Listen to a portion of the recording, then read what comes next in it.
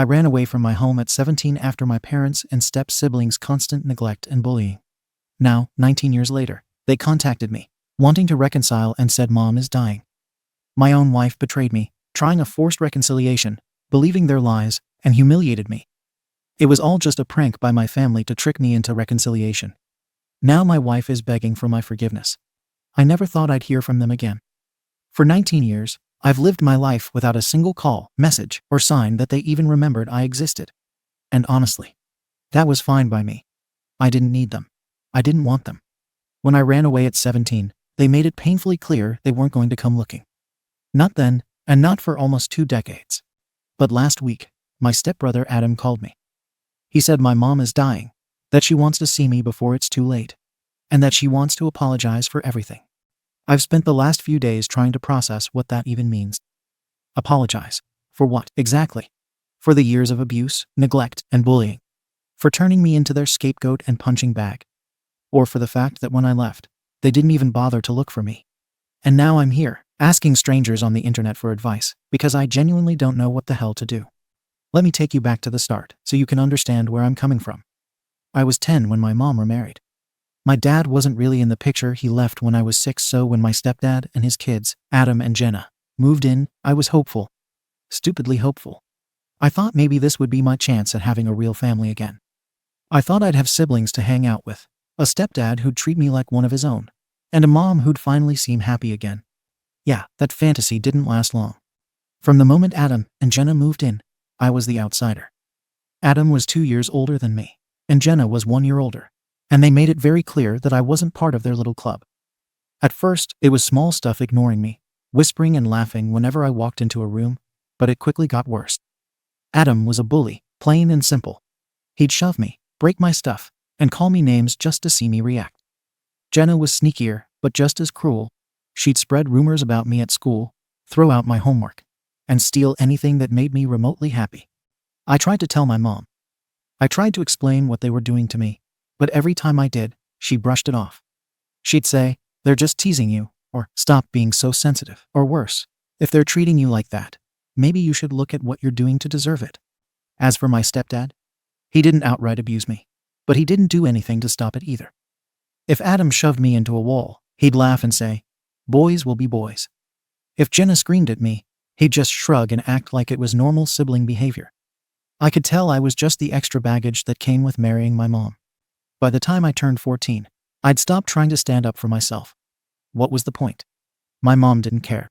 My stepdad didn't care. And Adam and Jenna thrived on my misery. I was the scapegoat for everything that went wrong in that house. If Adam failed a test, it was somehow my fault for distracting him. If Jenna lost something, I must have taken it. My mom's favorite line became, "Why can't you just behave? You're always causing problems." The breaking point came when I was 16. Jenna accused me of stealing money from her. I hadn't touched it, I didn't even know she had money, but she told my mom and stepdad, and they believed her without question. No investigation, no chance to defend myself. They just decided I was guilty. My stepdad screamed at me, called me a disgrace, and told me I'd never amount to anything. My mom, she just shook her head and said, "I'm so disappointed in you." They punished me by grounding me for a month, locking me in my room, except for school, and refusing to let me eat with the family. It was like I didn't exist anymore, except when they wanted to remind me how ungrateful I was. That was when I realized I didn't have a family. Not really. A year later, I was done. I couldn't stay there anymore, not if I wanted to survive. I started saving up every penny I could from my part-time job, and one night, I packed a bag and left. I took what little I had: clothes, a backpack, some cash, and walked out the door. I left a note on the kitchen counter. "Don't bother looking for me." But here's the thing. I didn't think they'd actually listen to me. A small, stupid part of me hoped they'd try to find me. That they'd call, or send someone, or at least act like they gave a damn. They didn't. Not a single call. Not a single search. Nothing. The first year after I ran away was hell. I was 17, broke, and terrified. I couldn't finish high school because I didn't have my certificates. That meant I had to drop out and redo semesters later, which set me back years. I bounced between friends' couches, worked SHTTY under-the-table jobs, and did things I'm not proud of just to get by. I'm not going to sugarcoat it. I did some shady stuff, like stealing and selling. but I didn't have a choice. It was either survive or go back to that house, and I swore to myself I'd never go back. Eventually, I scraped together enough to put myself through trade school. It wasn't easy. There were nights I didn't eat, weeks I barely slept, but I made it. By the time I was in my mid-20s, I'd found a steady job, and things started looking up. Now, at 36, I'm living a life I never thought I'd have. I make 6 figures working a job I actually enjoy. I'm married to the most incredible woman I've ever met, and we're financially stable enough that we could retire tomorrow if we wanted to. My wife knows everything about my past, but she's never pushed me to reconnect with my family. She's always said it's my choice, and no matter what I decide, she'll stand by me. She even stood up to her own family for me. When we first got together, her parents weren't thrilled about me, probably because I didn't come from money, but she didn't care. She fought for me, and now they love me like their own son. For 19 years, I've lived without my family, and I thought I'd made peace with it. Then, last week, Adam called me. I don't know how he found my number, but there he was, acting like nothing had happened. At first, I thought it was a prank. He started off all casual, like we were old friends catching up. I almost hung up, but then he said, "Mom's dying. She wants to see you." I don't even know how I responded. He told me they'd moved to a new house and invited me to a family dinner. He said Mom wanted to apologize before it's too late. I didn't give him an answer. I told him I'd think about it and hung up. My wife thinks I should go, but she also warned me to keep my cool. She says I might regret it if I don't let my mom apologize, but I don't trust any of this. Why now? Why, after almost 2 decades, does she suddenly care? Is it guilt, or do they want something from me? Part of me wants to go just to tear into them, to let them know exactly how much they hurt me, and how little I think of them now.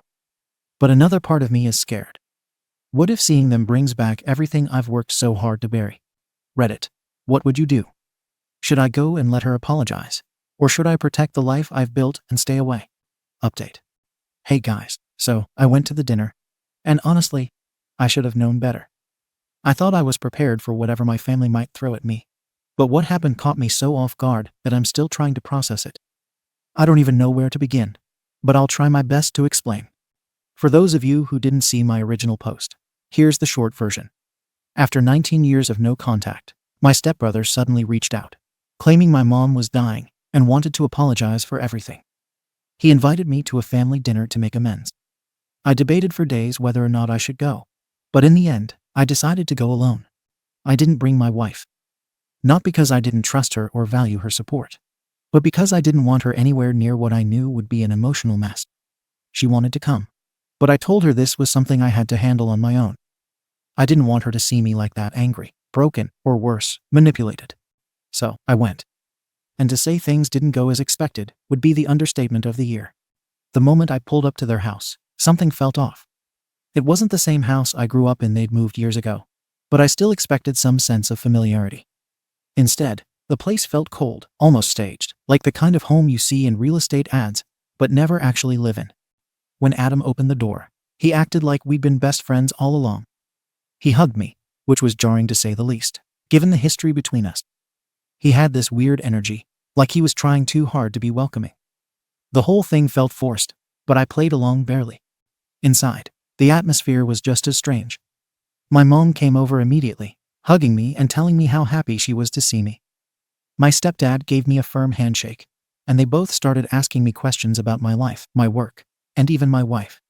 It all felt so performative, like they were reading from a script. And then there was my mom. She looked perfectly healthy. There was no sign of illness, no frailty, no fatigue, nothing. My stomach dropped when I realized what that probably meant. Dinner started off slow, with small talk and polite smiles, but I couldn't focus on any of it. My mind kept circling back to what my stepbrother had told me, that my mom was dying and wanted to apologize before it was too late. But looking at her, it was clear there wasn't anything too late about her situation. I finally snapped. I couldn't sit there and pretend everything was fine. I asked them directly what was going on and why I was really there. And just like that, the mask slipped. My mom admitted it first. The story about her dying wasn't true. They'd made it up because they didn't know how else to get me to agree to see them. Apparently, they thought this was the only way to rebuild the family. Hearing that made my blood boil. I'd spent days agonizing over this decision. torn between my anger and the possibility of closure, only to find out it was all based on a sick lie. Adam tried to chime in, saying it was just a plan to bring us all back together, like this was some kind of harmless misunderstanding. I could feel the heat rising in my chest as the years of anger and resentment came flooding back. I don't think I've ever been that angry in my life. Everything I'd held in for 19 years, everything they did to me, everything I'd endured because of them came pouring out all at once. I started yelling, and I couldn't stop. I told my mom how much she'd hurt me, how she'd neglected me, and let her new family treat me like I didn't matter. I told Adam exactly what I thought of him, and how his constant bullying had made my life a living hell. And I let my stepdad have it too, for standing by and doing nothing while I suffered in their home. It wasn't just anger, it was years of pain and betrayal finally being voiced. I was so loud, apparently, that the neighbors started coming over to check what was going on. At one point, someone knocked on the door, but Adam waved them off, clearly embarrassed. My mom started crying, and my stepdad tried to calm me down, saying they'd only wanted to make things right. But that just made it worse. I told them they didn't care about making things right. They cared about making themselves feel better. They didn't even look for me when I ran away. For 19 years, they'd done nothing, and now they thought a manipulative stunt like this would somehow erase all of that. And then, in the middle of all this chaos, my mom said something that left me speechless. She said they wouldn't have been able to find me if it hadn't been for my wife. At first, I thought I misheard her. But then she said it again, explaining how my wife had reached out to them weeks ago and told them how to contact me. She said my wife thought reconnecting with my family might help me heal. I felt like the ground had been ripped out from under me. I'd trusted my wife completely, and now I was hearing that she'd gone behind my back to help the very people who destroyed my childhood. I couldn't even respond at first. I just stood there, stunned, as my mom kept talking, telling me how my wife thought this dinner might bring me closure. She made it sound like my wife had orchestrated the whole thing. Everything after that is a blur. I couldn't stay in that house any longer. I barely remember what I said to them before I left, but I know I made it clear I wanted nothing to do with them.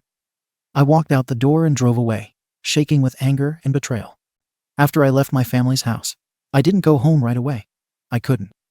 My hands were shaking, my chest felt tight, and my mind was racing. I pulled over a few miles down the road because I needed to breathe. I just sat in my car, staring at nothing, trying to process what had just happened. The dinner was already a disaster, there was no doubt about that. But the part that I couldn't stop replaying was my mom's revelation. She said my wife was the one who contacted them first. My wife, the person who knew everything about what they'd done to me, who had always supported me, had gone behind my back and opened the door to people I'd spent nearly 2 decades trying to escape. When I finally made it home, I was still trying to figure out how to approach her. I was hurt, I was angry, and I knew I needed answers, but I didn't want to explode. Not yet, anyway. She was waiting for me when I walked in, sitting on the couch, looking worried. I think she could tell just from my face that things hadn't gone well. She asked me how the dinner went, and for a second, I didn't know what to say. But then it all came rushing out, the lies, the fake illness, the prank, and finally, the fact that she had been involved.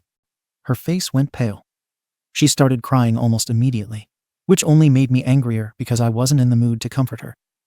I asked her if it was true if she had gone behind my back and reached out to my family. She nodded. That's when she told me everything. A few weeks ago, my mom contacted her. She found my wife's email through some mutual connection. We're still not sure how exactly, and wrote her this long, heartfelt message about how much she missed me. She told my wife she regretted everything that had happened between us, and that she just wanted to reconcile before it was too late. My mom claimed she was ill and didn't have much time left. She said she wanted to apologize to me and have one last chance to fix things before she passed. According to my wife, the message sounded completely genuine. She said my mom sounded like someone who was truly remorseful, like someone who was desperate to make things right. My wife admitted she had her doubts, but she didn't want to dismiss it outright in case my mom was actually telling the truth. She knows how much my childhood messed me up, how much pain I've carried because of it, and she thought maybe, just maybe, this could be a chance for me to find closure. So, she replied. Apparently, they exchanged a few emails over the course of a week. My mom played the part perfectly, remorseful, regretful, and full of promises that she just wanted to see me happy again. My wife believed her. She said my mom even cried on the phone during one of their conversations, talking about how much she missed me and how badly she wanted to apologize. But here's the thing. My mom never told her about the prank. She never told her that the whole dying story was fake, or that they planned to ambush me with some kind of staged family reconciliation. My wife swears she didn't know about any of that. I could tell my wife was being sincere. She really didn't know the extent of what my mom had planned. But that didn't make it any easier to hear. I told her how it felt to walk into that house, how humiliating it was to realize they'd lied to get me there, and how betrayed I felt knowing she had been the one to open that door. She started crying harder, saying she was sorry, that she never meant to hurt me, and that she'd only been trying to help. She kept saying she thought she was doing the right thing, that she thought reconnecting with my family might help me. She said she'd noticed how much my past still affected me, even if I didn't talk about it. She thought maybe this was something I needed, even if I didn't realize it myself. But I couldn't get past the fact that she went behind my back. I told her she should have come to me first. She should have talked to me instead of deciding what was best for me on her own. She knew how I felt about my family. She knew how much it hurt me to even think about them. And yet, she made the choice to bring them back into my life without my consent. That's what hurt the most. It wasn't just the lie, it was the fact that she took away my right to decide for myself. The more I thought about it, the angrier I got, not just at my wife, but at my family. My mom didn't just manipulate me, she manipulated my wife too. She knew exactly what to say to tug at her heartstrings, to make herself sound like the victim, to paint this picture of a mother who just wanted to make things right. And then she used that to orchestrate this whole situation. Whether or not they wanted money or anything else from me remains unclear. The whole thing ended before we got to that point, but the possibility lingers in the back of my mind. What if this was just the opening move in a longer game? What if they were planning to ask for something down the line, once they'd soften me up? The thought makes me sick. My mom has always been good at twisting the truth to get what she wants. And now, it seems, she's extended that skill to manipulating the people closest to me. Jenna, my stepsister, showed up late to the dinner with her husband and kids, so I didn't interact with her much that night. But a few days later, she sent me a picture of her kids with a message saying they were excited to meet their uncle. That hit me harder than I expected. On one hand, I feel nothing for her or her kids, they're strangers to me. On the other hand, I couldn't help but wonder if my absence has affected them in some way. Maybe it hasn't, but the idea that I could have been part of their lives, that I could have been a good uncle, makes me feel conflicted. Still, I don't know if I can bring myself to open that door. It's been about a week since the dinner, and I'm still trying to process everything. My wife has been walking on eggshells around me, apologizing constantly and begging for forgiveness. She says she'll do whatever it takes to make things right, therapy, counseling, whatever I want. I know she didn't mean to hurt me. I know she thought she was helping. But the betrayal cuts deep. As for my family, I've decided to go no contact with them again. I don't care if my mom is genuinely sorry, or if she just wants something from me. Either way, the damage is done. But now, I'm left wondering if the damage they caused has spread into my marriage. So, that's where I'm at, Reddit. I'm hurt, angry, and completely lost. Do I give my wife another chance? Or is this betrayal too big to come back from? And what do I do about Jenna's kids? Should I let them into my life? Or is it better to keep them out entirely? I feel like I'm standing at a crossroads, and I have no idea which way to go. Edit. As angry as I was, I've come to realize that I can't blame my wife entirely. She's just as much a victim of my family's manipulation as I was. My mom lied to her, played on her emotions, and fed her the same fake story about being ill that they used to bait me. She truly thought she was helping me, and while her actions hurt me deeply, I know her intentions weren't malicious. I've decided to forgive her. It'll take time to rebuild the trust, but I can see how much she regrets what happened, and I know she was trying to do what she thought was best for me. She wasn't prepared for how manipulative my family can be, and in a way, they used her just like they used me for years. As for my family, they're not even a question. Whether they want money, help, or anything else, I don't care. They've shown me exactly who they are, and I have no intention of letting them back into my life, no matter how genuine they claim to be.